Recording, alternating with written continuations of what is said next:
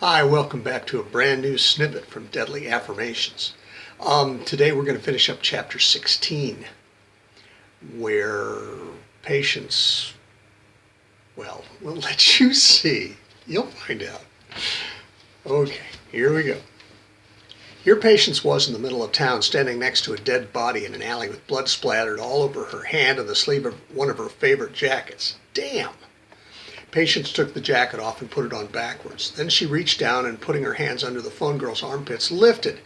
Damn, girl, Patience thought, you should have considered Weight Watchers because, damn, and dragged her behind a dumpster. She folded the dead girl's legs so that they were more or less out of eyesight and kicked the tablet, now with a cracked screen, from falling to the ground under the dumpster. Then she took off her beloved jacket. It cost $400, she angrily remembered. That bitch. Turned it inside out and rolled it into a little ball. She noticed that there was a bin of recycling next to the other side of the dumpster, and she grabbed a nicely folded brown paper Panera bag with handles and stuffed her coat inside. No one, thankfully, was coming down the alley, so she walked its length behind the hardware store, a stationery shop, and kids' clothes, and paused just before she reached the next cross street. She carefully poked her head out far enough to make sure that no one was coming. There, on the corner, waiting until a white mommy van turned right in front of him, was a heavily inked and pierced punk, out walking his cream-colored standard poodle. Well, mostly cream, except for the screaming purple mohawk that was cut and combed from the crown of the dog's head down his back and down the middle of his back all the way to the dog's haunches. It was an unexpected look, but it matched the dog's owner's Liberty spikes perfectly. Daddy and baby. When the man had walked his dog to the other side of the street and away from her, she looked both ways again, and when she was sure that it was clear, she walked confidently out of her hiding place at the edge of the alley and turned left, walked to the next block, and then turned right to head back to TS in her car.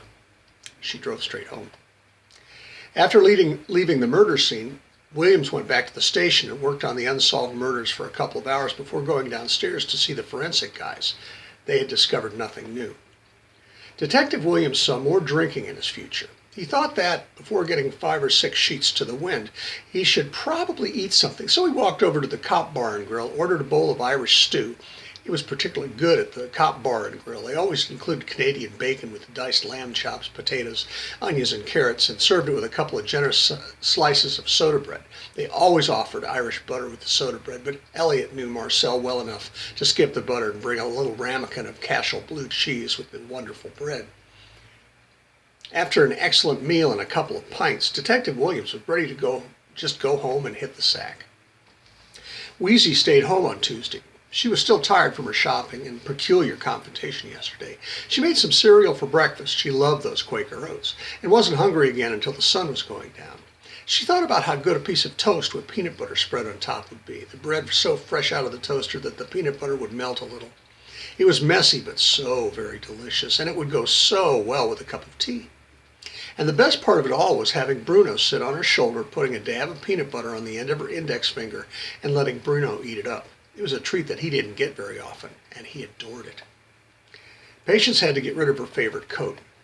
She thought of burying it in the backyard, as she had done with a pair of goldfishes she had once had before Abraxas had come to live with her, but she realized that it would be evidence, and she didn't want any of that lying around or under. The sleeves and pockets welts of the jacket were leather and would compost nicely, as they would the heavy Melton wool of the jacket itself. But the collar and hem, not to mention the quilted lining, were made of synthetic fibers. They would have to go to the dump. It would, Patience thought, be an easy thing to cut the sleeves and wool up into little squares and add them to the material that was already cooking in her 2-bin dual-patch composting tumbler. She usually put just kitchen scraps, vegetable peelings, coffee grounds, paper towels, and napkins, used tea bags, Abraxas' hair from when she brushed him, and eggshells into the composter, but this speedy machine would break down almost any organic matter in a few weeks, and then she could use it to help feed the beautiful, fragrant, deeply red Mr. Lincoln roses that she had planted along the side of her little house. Win-win. Later, after she had finished cutting up the evidence and adding the pieces to her compost bin, she called the Thai restaurant. All you need is larb, and ordered a double order of banana pancakes with chocolate and an extra cha manao yen dark Thai tea by Myang, brewed with orange blossom water and star anise and mixed with lots and lots of sugar and a lime's worth of juice. She drove over to the restaurant and picked up her dinner, and when she got home, added a healthy pour of white Browowa Polish vodka to the cha minao yen. She ate and drank her dinner and curled up after with her Kindle and her cat. Abraxas had been missing her the past week or so.